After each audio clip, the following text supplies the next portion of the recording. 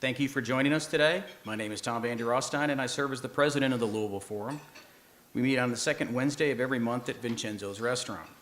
The Louisville Forum is a nonpartisan public issues group founded in 1984. The Forum hosts debates and discussions of contemporary and sometimes controversial public policy issues that affect the greater Louisville community. Although we may take up issues that have a national interest, we try to highlight the local perspective. For more information on the Louisville Forum, our programs, or to make reservations, please visit our website at louisvilleforum.org. Our topic today is Weed in the Bluegrass, Legalizing Marijuana in Kentucky. The debate over whether marijuana should be legal for medical or recreational use has peaked in the last several years. As of this year, 8 states in the District of Columbia have legalized the recreational use of marijuana, and Vermont is most likely soon passing legislation to make it the 9th state to do so. 20 other additional states allow the medical use of marijuana, and still others allow some use of other marijuana-based substances. An estimated 65 million Americans, 1/5 of all of our country, now live in a state with some form of legalization, and in recent polls, for the first time, a majority of Americans believe the use of marijuana should be legal. This recent surge of states allowing legal marijuana use has been recently countered by Attorney General Jeff Sessions announcing this year that the Justice Department may soon prosecute marijuana businesses in states where marijuana is legal. There are still many nationwide and in our community also who believe that marijuana should not be legal, that it is a gateway drug and does not have any legitimate medical use. Finally, marijuana legalization could create $132 billion in federal tax revenue and inject over 1 million jobs into the United States labor market by 2025 if it would become legal nationwide, a new study says. In 2016, Colorado collected over $200 million, Washington State over $256 million, and Oregon $60 million in tax revenue from the sale of marijuana products. With these facts as our starting point, I would like to introduce our panel today. I'll begin with Dr. Molly Rutherford. Dr. Molly Rutherford has a BS from Virginia Tech, a MPH from Johns Hopkins University, an MD from the Eastern Virginia Medical School. She is board certified in family medicine and addiction medicine and is the past president of the Kentucky chapter of the American Society for Addiction Medicine and president-elect of the Kentucky Academy of Family Physicians. Dr. Rutherford works to educate physicians about direct primary care and addiction. She is also a board member of the Unbridled Project, a nonprofit established to advocate and educate around MAT and other evidence-based solutions for the opioid epidemic. A member of the Healthy Oldham County, and she's also a member of the Healthy Oldham County Coalition. She was born and raised in Virginia. She's moved to Kentucky in 2006 and lives in LaGrange with her family. Has been practicing in the Commonwealth of Kentucky for 11 years. Please welcome Dr. Molly Rutherford. Shall I stand up there?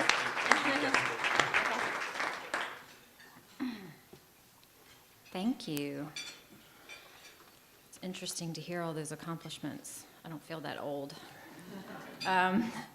Okay, so as a physician with a public health background, my presentation is going to focus on data and facts. 1, marijuana is not a medicine. 2, medical cannabis leads to legalization and anyone can get a card. And 3, marijuana is addictive, and while it is less harmful than other addictive substances, it does have harmful effects. My final point is going to be that some examples exist that support decriminalization or legalization, and logically this argument makes sense, especially given the legality of alcohol and other addictive substances that are arguably more harmful. States with legal marijuana have enjoyed economic benefits that I'll discuss in more detail later. First, let's define medical marijuana, or cannabis, as I guess we're trying to change the name of it.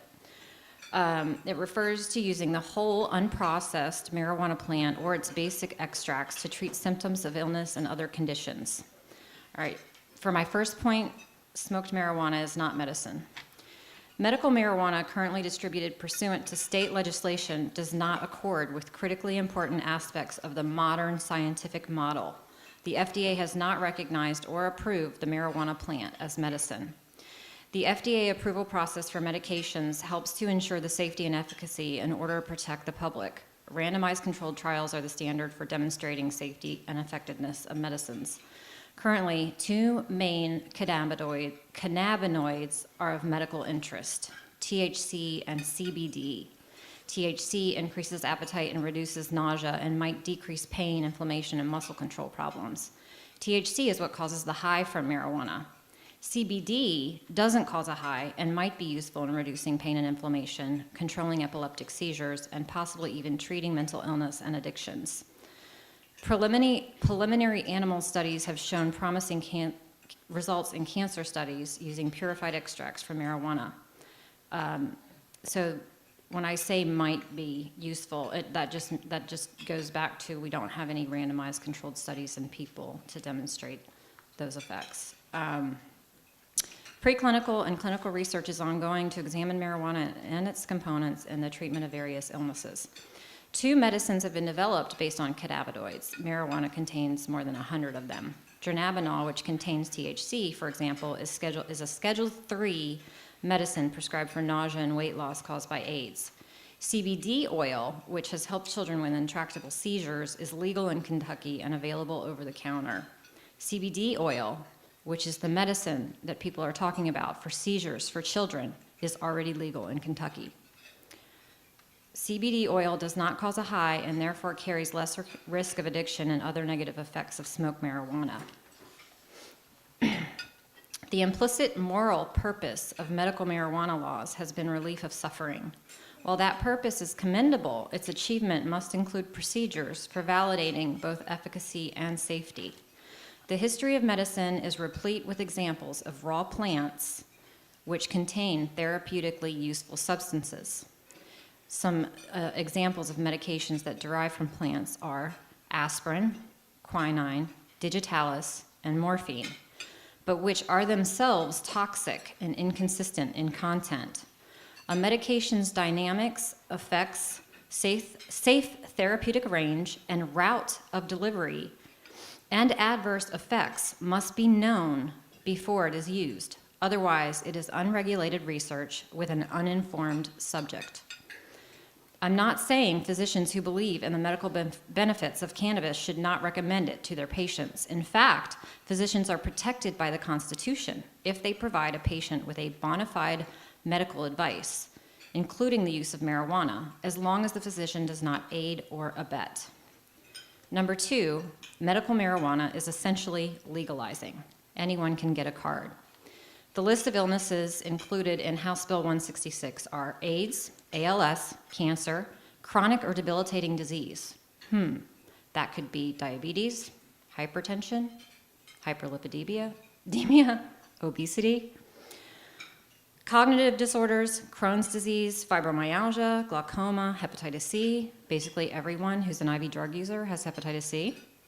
Irritable bowel syndrome, movement disorder, multiple sclerosis, neurodevelopmental disorders, peripheral neuropathy, PTSD, seizures, severe debilitating pain, severe nausea, terminal illness, traumatic brain injury, and wasting syndrome.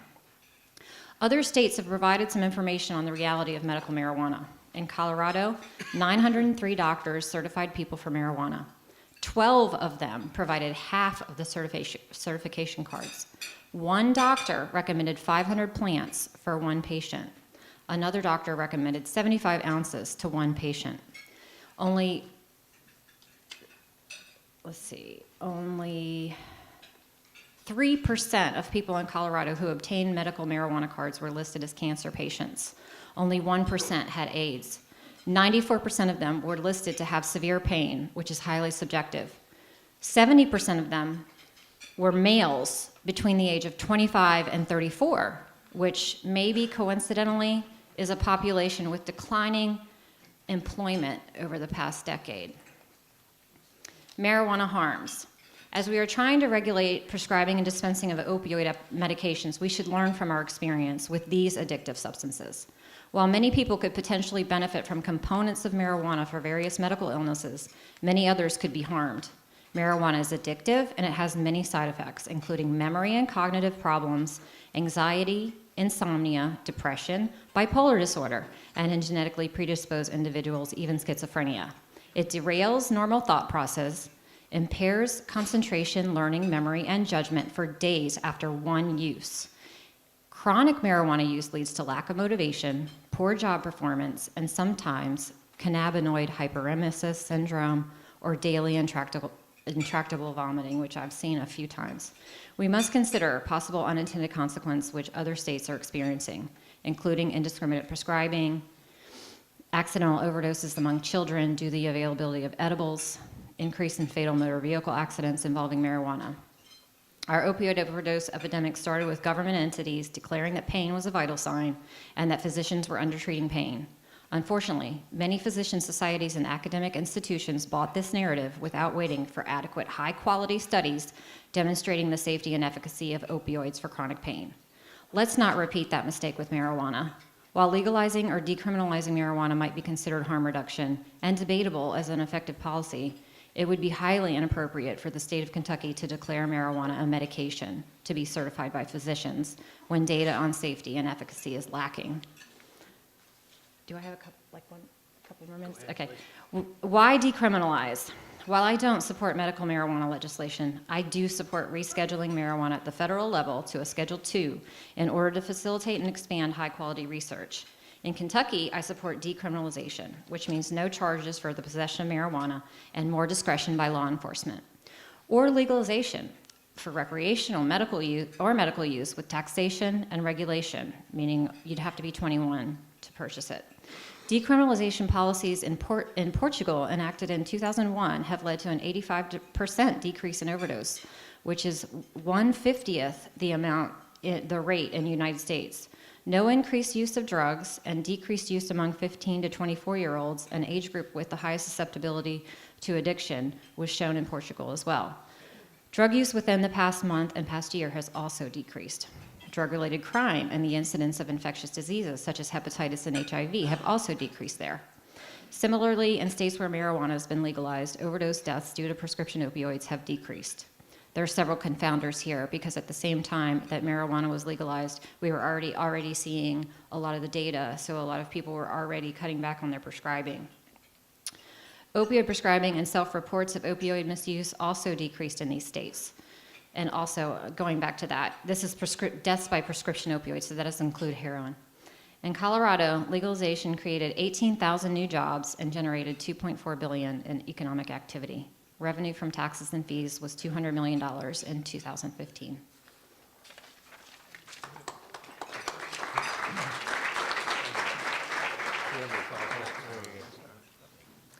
Our next speaker is Jim Higdon. Jim Higdon is a nationally recognized freelance journalist and book author based in Louisville, Kentucky, and the author of the book, The Cornbread Mafia. He writes about drug policy and news from Kentucky for the Washington Post and Politico magazine. He also has written for the Daily Beast, Al Jazeera America, Esquire, and Fortune. Jim is an expert on crimes committed in Kentucky and on Kentuckians who commit crimes. Jim grew up in Lebanon, Kentucky, and the town was essentially serving as the headquarters for the Cornbread Mafia. Please welcome Jim Higdon.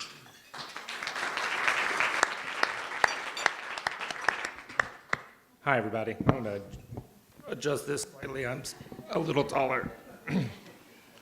Hello, this is going to be slightly more off the cuff. My remarks are not so planned. I would like to say hello to the Fern Creek crowd. Hi, Fern Creek.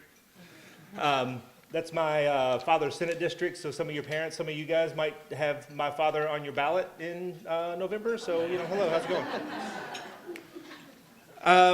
So it's good to see some agreement on this spectrum in this conversation, even with, there's a lot that Dr. Rutherford had to say that I find correct and that we can all sort of build a consensus upon. Dr. Rutherford suggested that we reschedule marijuana at the federal level from Schedule I to Schedule II. And even though that seems like a modest, mild, reasonable, sensible proposal, getting that done in Congress is a Herculean feat and would be considered, up until just very recently, something that would never be possible. Currently, right now, a Republican congressman from Texas, Pete Sessions, no relation to our Attorney General Jeff Sessions, is blocking all votes related to marijuana because he is the chairman of the Rules Committee and he has made all marijuana-related votes on the House floor out of order as far as the Rules Committee is concerned. So for the past 2 years, all of the marijuana votes in the House have been stifled by one congressman from Texas.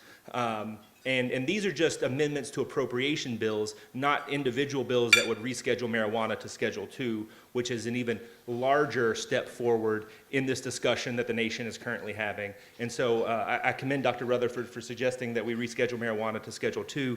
Some people believe that marijuana should be Schedule 3 or descheduled altogether. That's an important conversation to have, and one that you should let your Congress people know. Certainly Congressman John Yarmouth and Congressman Thomas Massey and Senator Rand Paul all support that, that rescheduling. Senator Rand Paul has been a leader in this in the Senate, working to reschedule marijuana, and so he should be commended for that. If you get a chance to say hello to Senator McConnell or any of our other congressional delegation, be sure to mention it if this is an issue that's important to you. That said, this House bill that's up for a vote currently in the state legislature, we have something like 10 days left in the legislative session. The House Judiciary Committee has met 3 times, has heard testimony on HB 166, the medical marijuana bill, 3 separate days, and has declined to take a vote on that bill on either of those days. They're meeting simultaneous to us right now in Frankfurt, and my understanding is they are voting, they are hearing a measure that's an anti-gay bill and not voting on the medical marijuana bill. In the state legislator who made the motion to delay the vote was Representative Jason Nemus, whose district is Prospect, Eastern Jefferson County, part of Oldham County. So if you see Representative Nemus and this issue is important to you, make sure you let him know. As for what medical marijuana could do for Kentucky, in addition to raising something like $100 to $150 million in tax revenue, which, by the way, would be just enough to restore the teachers' cost of living adjustment in their pension program that's currently being debated in the legislature. The governor proposed to cut that cost of living adjustment, and this is a new topic for me, but my understanding is COLA is 1.5%. Bevin proposed it to go to half that, 0.75%. The Senate's bill restored it halfway to 1%. To get it back to its 1.5% would require something like $125 million a year, which incidentally is about what the projected total for medical marijuana tax revenue in Kentucky. So, that's something to think about as we work towards trying to figure out how to make our state function in a way that doesn't cause disasters every legislative session. And the other thing is this opioid crisis that we're currently enduring.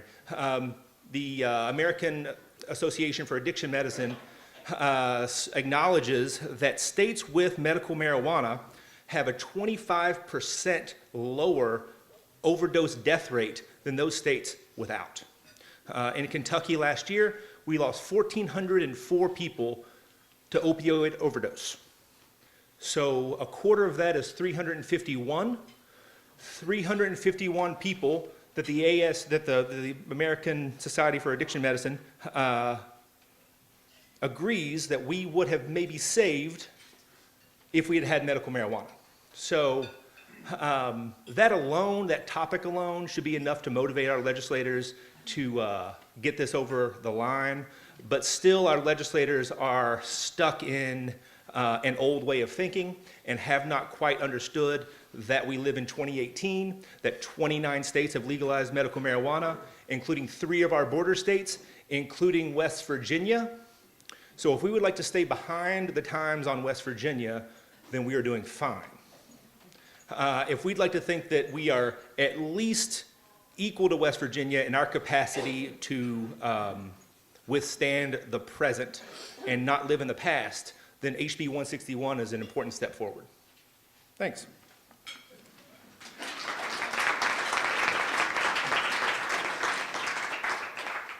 And last, but definitely not least, is our, first off, I want to thank Councilman Bill Hollander for agreeing to come on short notice. We originally had Matt Daly, but he is at this hearing as that Mr. Higdon just referred to, so he could not make it and sends his apologies. And most of you are familiar with Councilman Hollander.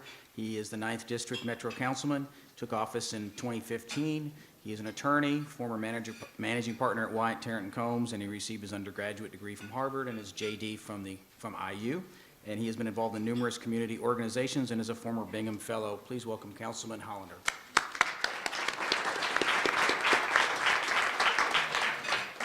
Thank you very much. Matt Daley works in Secretary Grimes' office, and so I got word yesterday that he was going to be at the hearing today, and Secretary Grimes asked if I would speak. You may wonder why a Metro Councilman is involved in this issue, so I'll give you a little background on that and what we have done locally. We are the Metro Council. We make local laws. We do not make state laws. We cannot change the laws on medical marijuana. However, we do listen to our constituents, and we have heard from many of them about their experiences and their perceived need for medical marijuana. We listen to them, come to council meetings. We heard from them, send us their testimony. We looked at the bills in Frankfurt. There's a Senate Bill 118 and House Bill 166. They're companion bills. They're essentially identical. But we also saw that there was really no movement on them in Frankfurt at all. Not only no vote, but at the time we began looking at this, no hearings, no discussion. And so some of us, I actually filed this resolution myself, said, let's file a resolution that says we think Frankfurt ought to take a look at this and begin moving on these bills. This was part of a statewide effort. Lexington has passed a similar resolution. Many small cities across the state have passed similar resolutions. And they all come about from listening to constituents tell us what their needs are. We had 3 public hearings after we filed that resolution, and they were in the east, in the south, and the west. They attracted different people, but really in massive numbers. When we have Metro Council public hearings, we often are speaking to a very small room. In this case, we spoke to hundreds of people, actually listened to hundreds of people. We weren't there to speak. And while I anticipated that we would hear compelling stories about medical marijuana, I had no idea that we would hear stories that were this compelling. The needs that we heard about were for veterans who are suffering from PTSD and who have found no other relief from their PTSD symptoms. We heard from a mother whose son has PTSD from service and is living in Colorado. She lives here, he lives in Colorado because he does not want to illegally use medical marijuana. And in Colorado, he can legally use it. He told us that it was the only substance that has been able to help him deal with life with his PTSD. This is a common theme around the country. The American Legion in August adopted a resolution calling on the VA to allow physicians and other healthcare providers to discuss the use of medical marijuana with veterans and to recommend it in states where it is legal for people suffering from PTSD and depression and insomnia. We heard from people suffering from epilepsy. We heard from people with chronic long-term pain who desperately want to get off opioids and all of the debilitating side effects from opioids and who have found that medical marijuana has helped them with that. We heard from people with cancer and with multiple sclerosis. I agree with, as Jim, with Dr. Rutherford in many ways. I think where the friction comes in here is, and I understand Dr. Rutherford saying this should not be treated as a medicine. But she also said, and has said in our previous forums, that if a doctor wants to recommend it, they should be able to do that, and they have a First Amendment right to do that. And in fact, we know they are doing that, even in Kentucky. But when the patient follows that recommendation and acquires or uses medical marijuana, they are breaking the law. And that's the fact. Unless we change the law, that's the conundrum that we're in. a physician may be recommending something, but the patient is breaking the law in this state, not in most states, but in this state, unless that law is changed. As we know, 29 states in the District of Columbia have legalized medical marijuana. Eventually, after hearing all of this testimony, the Metro Council went on record by a 20-4 vote, with 2 people absent, 24 for, 2 against, or 4 against, and 2 not present, to recommend passage of a law making medical marijuana legal in Kentucky.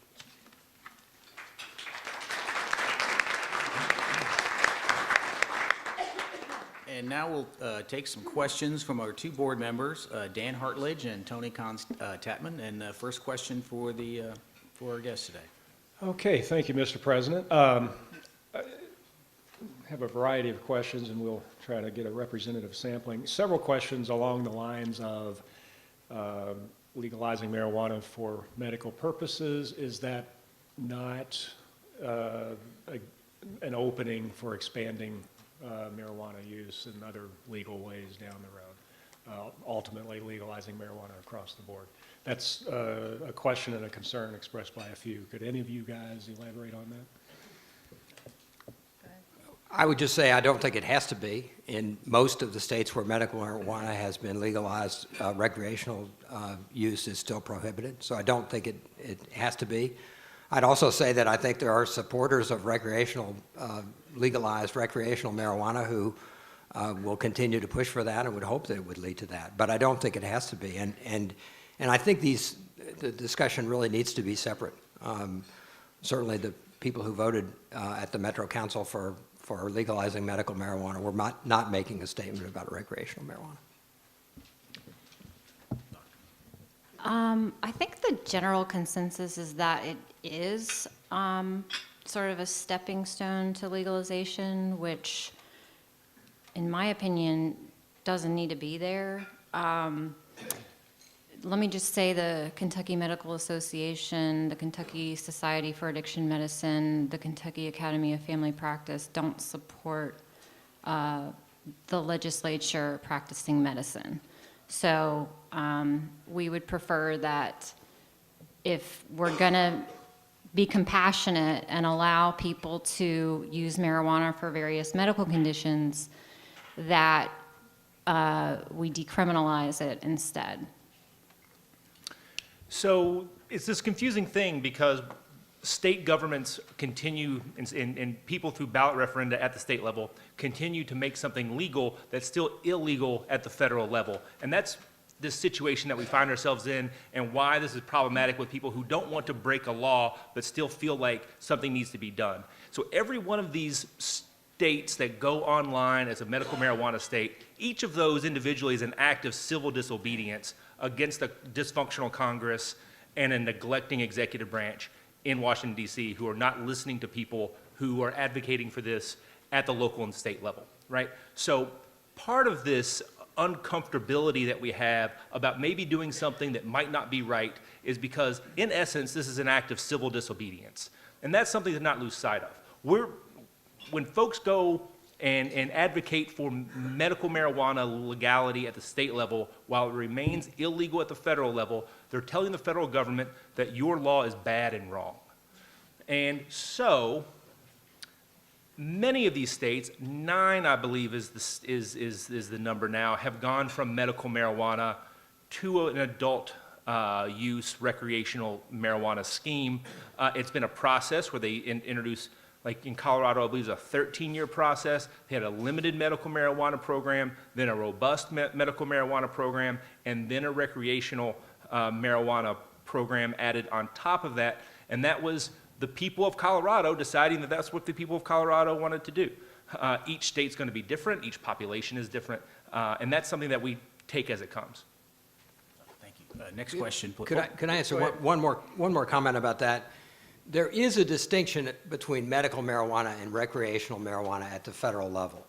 So since December of 2014, there has been an amendment to every budget bill that's been passed by the Congress, signed by the president, whoever it may be at the time. It's called the Rohrabacher-Farr Amendment. And what it says is that the Justice Department may not use any funds appropriated to it to interfere with the implementation of state medical cannabis laws. So the federal government has, while certainly not saying this is legal, Congress has said since December 2014, in the case of medical marijuana, you can't, Justice Department, you can't interfere with state medical cannabis laws. Next question, please. Okay. Is there a definition of what constitutes a dose of medical marijuana? Is there a standard and measurement of what defines intoxication by pot? And are these issues that must be settled before legalizing medical marijuana? No, the difficulty with standardizing the dosing is part of the problem. Most of the CBD oils that you can get over the counter have doses listed. So if you trust that, I mean, it's sort of like trusting vitamins that you order or other herbal supplements. They're not regulated by the FDA, so you can't be certain of what's in them. They don't have the same rigorous regulation.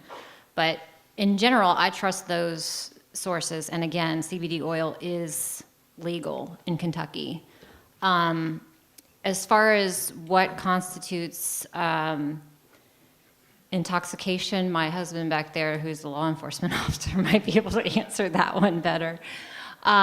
When someone gets pulled over for DUI, suspected DUI, they undergo a field sobriety test. And usually someone intoxicated on alcohol or any other drug will have the similar response, I think. Is that correct? That's not correct. Intoxicated on marijuana? They have a DUID now. There's a whole process. There's a protection process at school that people go through now. I haven't been on the Okay. Yeah, there are changes as far as what constitutes intoxication with marijuana. But we are seeing increased fatalities of motor vehicle accidents in Colorado as a result of people, being more comfortable to drive there.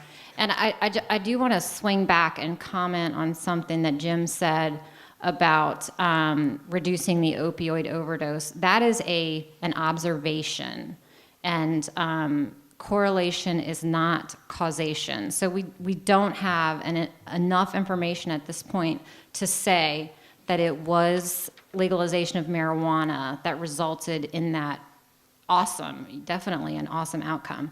But we don't know that was the cause. Okay, so my citation for this 25% reduction in opioid overdoses is the American Association of Addiction Medicine. Read the sentence. I will read the sentence.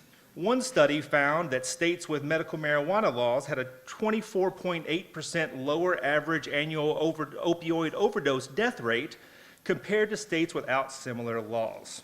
Observational studies, it's different. That's where my public health nerd is coming in. Sure, It's but this just is your different. parent organization? ASAM is an organization that you're a Oh, member of? they don't agree with a lot of what I say. But this is an organization that you belong to? Yeah. Okay, just checking. As to the question about dosage and intoxication, Dr. Rutherford is right. There are no recommended dosages for medical marijuana. This is a result of the Schedule I classification at the federal level. And as long as it remains Schedule I, there can be no FDA studies. There can be no double-blind studies on human populations because of the federal Schedule I classification. So we're caught in a catch-22 where there's no research because research is not allowed. Which is one of the reasons why our Metro Council resolution was actually amended to urge the new schedule for medical or for cannabis. Clearly, I think, and I'm sure that all of us agree with this, we need more federally funded research on medical marijuana, on marijuana in general. There's just no question about that. It is not currently available because of the current classification. This one's kind of similar along those lines. Since growing marijuana is against federal law, who is going to produce medical marijuana and how is production to be controlled? Well, each state handles this problem differently. Some states permit home grows, so individuals with medical marijuana cards are able to grow at home. Many people don't want to grow at home, so their allotment for plants is put in care of a caretaker, and they form cooperatives. And so cooperatives then grow the plants for patients that join that cooperative. And then in other states, there's a production facility that goes to a dispensary, and patients go and then purchase from a dispensary. As we deal with this at a state level, the federal government is not in a position with its limited resources to police individuals who are growing state legal marijuana. The only way the federal prohibition of marijuana works is hand in glove with state and local law enforcement. So if state and local law enforcement stop prosecuting people who are growing medical marijuana for medicinal reasons, the federal government is really toothless to stop it. Under House Bill 166, the cultivation would be done in a locked, enclosed facility that's licensed and controlled by the state. There is a provision in House Bill 166. This has been very controversial, and there's been some suggestion that it should be changed, but that would allow a individual person who has been recommended by a medical practitioner to use medical cannabis to grow, I think, up to 12 plants of their own. That's not true in all states. That would be in House Bill 166. Whether that's in whatever ultimately gets voted on, if anything does, who knows? But that's and that, I think the question points out one of the other benefits of legalizing medical cannabis. We know there are people using it in this state. And we would prefer, at least I would prefer, and I think they would prefer, that they get it from a facility that's licensed and it's controlled, as opposed to buying it out on the street, where the quality and the safety is just not as good. And so I think the people who are using it feel they need this will tell you that's another reason to, in addition to their not being criminals. Kind of like pills. We probably shouldn't have squeezed the pills because now everybody's getting heroin. I just want to make another comment as a physician, and I think it's really hard to understand this if you're not a physician. But having gone through this opioid epidemic over the years since I've been here, I mean, basically moving to Kentucky is why I am an addiction specialist. When I came here, I immediately recognized that we were overprescribing opioids. It was dramatic. And it's not just those. It's Xanax, it's other controlled substances. And our population is very vulnerable, for whatever reason, to addiction. I don't know if there are some genetic factors there or if it has to do with the economy, but I sincerely worry about what would happen if, for my physician colleagues, if medical marijuana became legal, and I also know that in other states where they've progressed from medical marijuana to legalization, that a lot of that has been spearheaded by physicians because they are overwhelmed with the requests from people for a card for marijuana. It is so difficult when you have a patient sitting in front of you and you have 7 minutes to evaluate them and they're telling you they are in pain. It is very difficult to make the determination as to whether or not they are lying just to obtain a substance that they would like to get high on, or if they are truly in pain. It is very difficult, almost impossible. I mean, we care about our patients. So, I'm kind of defensive about how physicians are judged in this state already as being the cause of the opioid epidemic. And it's insulting, quite frankly, to say, we're going to overregulate you here, and we're not going to let you give this many pills after somebody has surgery. But, oh, by the way, we want you to prescribe this medication that we have no evidence on as a good medicine. It's insulting. Hold on a second.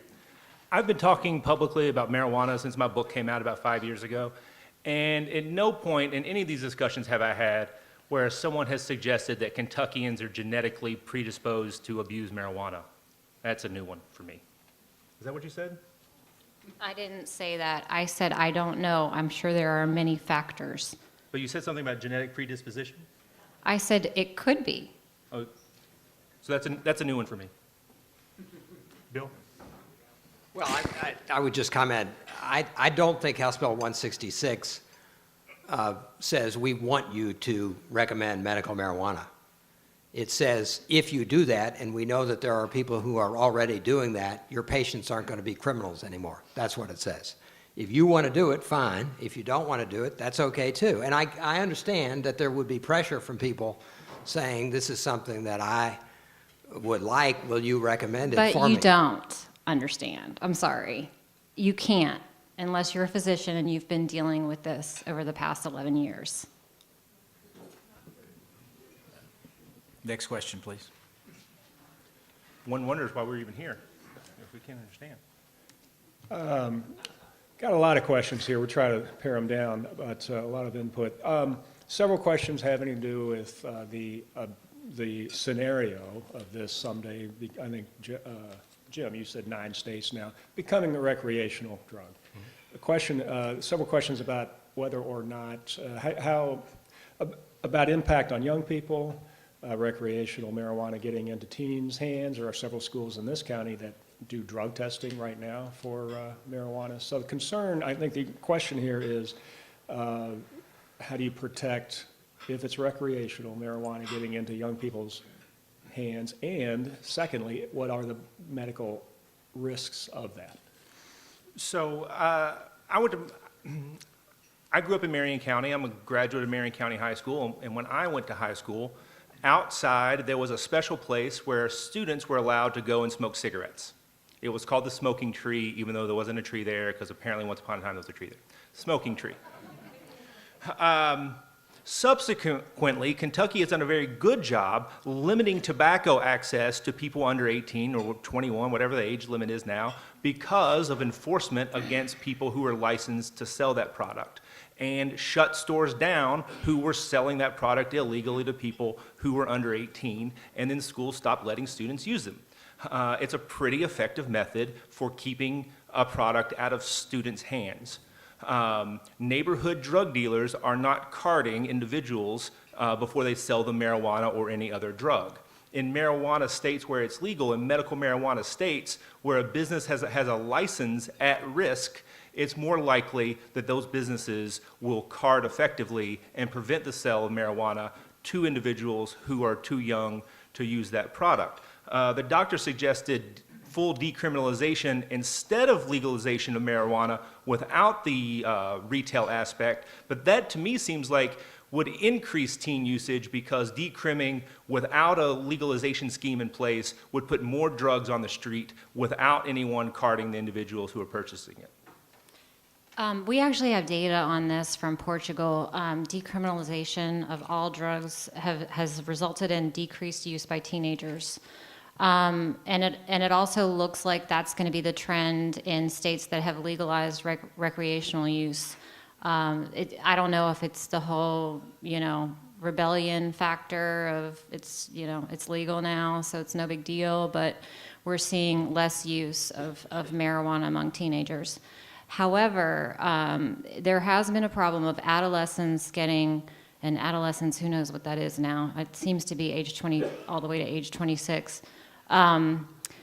Adolescents are being certified for various reasons, mostly pain, which is kind of hard to believe because I didn't have any pain in my 20s. But so that is a vulnerable age. That is the age when people become addicted to substances. And the gateway drug is very controversial, and people are adamant that it is not. We have pretty good data that it actually is. I can say that every single heroin addicted person, every person that I treat for heroin addiction started with marijuana. Well, really cigarettes. I guess you have to include that. But alcohol is a gateway drug too. So that's kind of going back to how I see it as not any more harmful than alcohol and potentially could have some good harm reduction results. Next question, please. Okay, these are both kind of directly related to House Bill 166. Will the bill be changed to prevent marijuana business from being located 500 feet away from school? And the second question is, why is 166 the most liberal policy of any state? Why allow patients to grow 12 plants if you want to tax it? Okay, those are two good questions. I don't know the details of the bill as it stands. It's currently being changed as we speak to try to make Republicans on the Judiciary Committee more comfortable with it. As for the prohibition about places being near schools, it's something to consider that that sort of prohibition has more impact in areas like Louisville that are more population dense than rural areas. It would make sense, for instance, in Marion County, where I'm from, to have a 500-foot zone around schools where that might not be permitted. There's only so many schools in Marion County, but a place like Louisville, downtown Louisville, West Louisville, 500 feet from any school might prohibit the whole portion of the city because of population density, because of how closely together schools might be in certain parts of the city. So that's an important consideration to make when you talk about prohibiting activity around a certain defined area around schools. What was that other part of the question? It was about the, why allow patients to grow 12 Ah. plants if you want to tax it? Okay, so that's a good question, and because some people want to grow it at home. So there may be I don't know the particulars of the bill, but if one is growing at home, one could still be taxed for growing it on their own if you're telling the state that you're growing the amount of plants that you're allowed to grow. If that bill were to pass, the state could then tax you for growing those plants at home.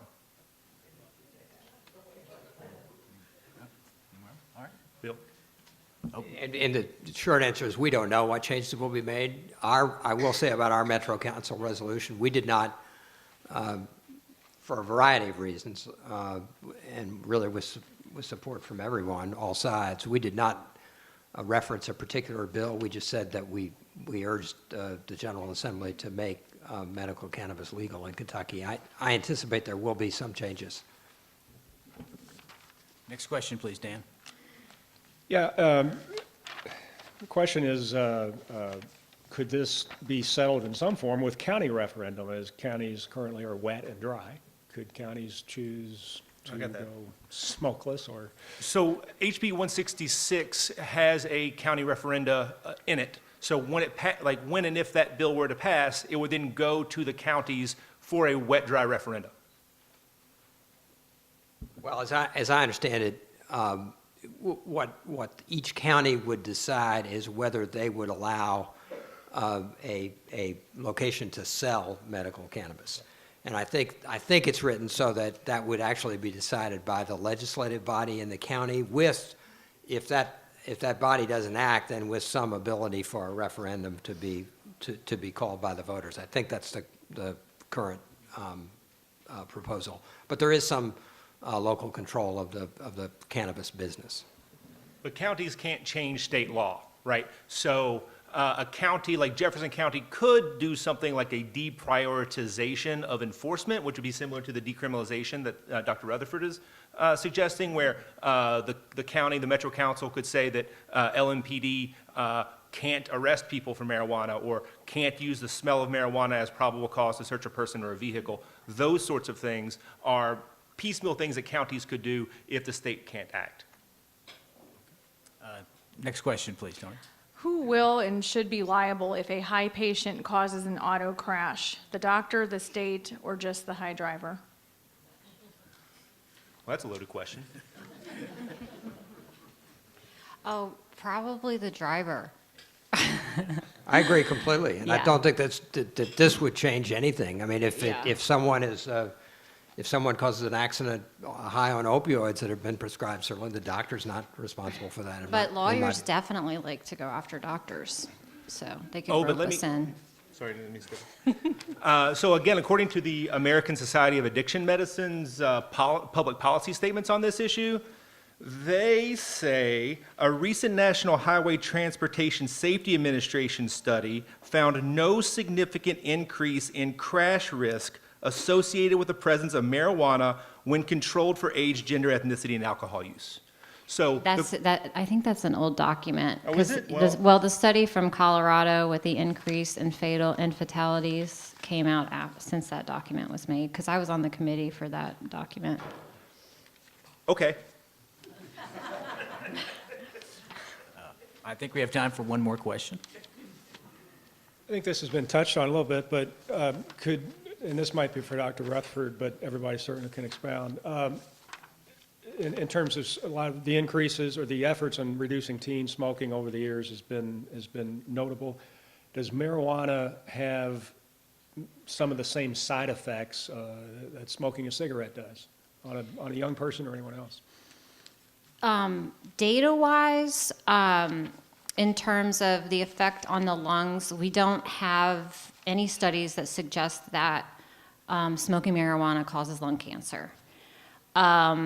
We know that THC is a lot less addictive than nicotine. Nicotine is as addictive as heroin. But we do know that there are irritants within marijuana smoke that can affect the lungs. So people have gotten COPD. This is anecdotal also. They can't prove that the marijuana smoking caused it. Often people who smoke marijuana also smoke cigarettes, so there's like a little bit of a confounder there. But it does cause irritation, so people are more likely to suffer from cough and upper respiratory if they smoke it. Anything? No, that's about right. All right. This has been a fantastic discussion. I want to thank our speakers for coming today. On behalf of the Louisville Forum, I want to thank each one of you. We brought for each one of you today a Louisville Forum mint julep cup. You can use or not use if you so choose. Does this promote medicinal bourbon use? Whatever you desire, you can use it for that, yes. Also want to let everyone know our next meeting will be held on Wednesday, April the 11th. We will host the Jefferson County Attorney debate featuring Jefferson County Attorney Mike O'Connell and the challenger Brent Ackerson. Reservations may be made online at louisvilleforum.org or by calling our voicemail at 329-0111. Everybody have a nice day, and thank you for attending the forum.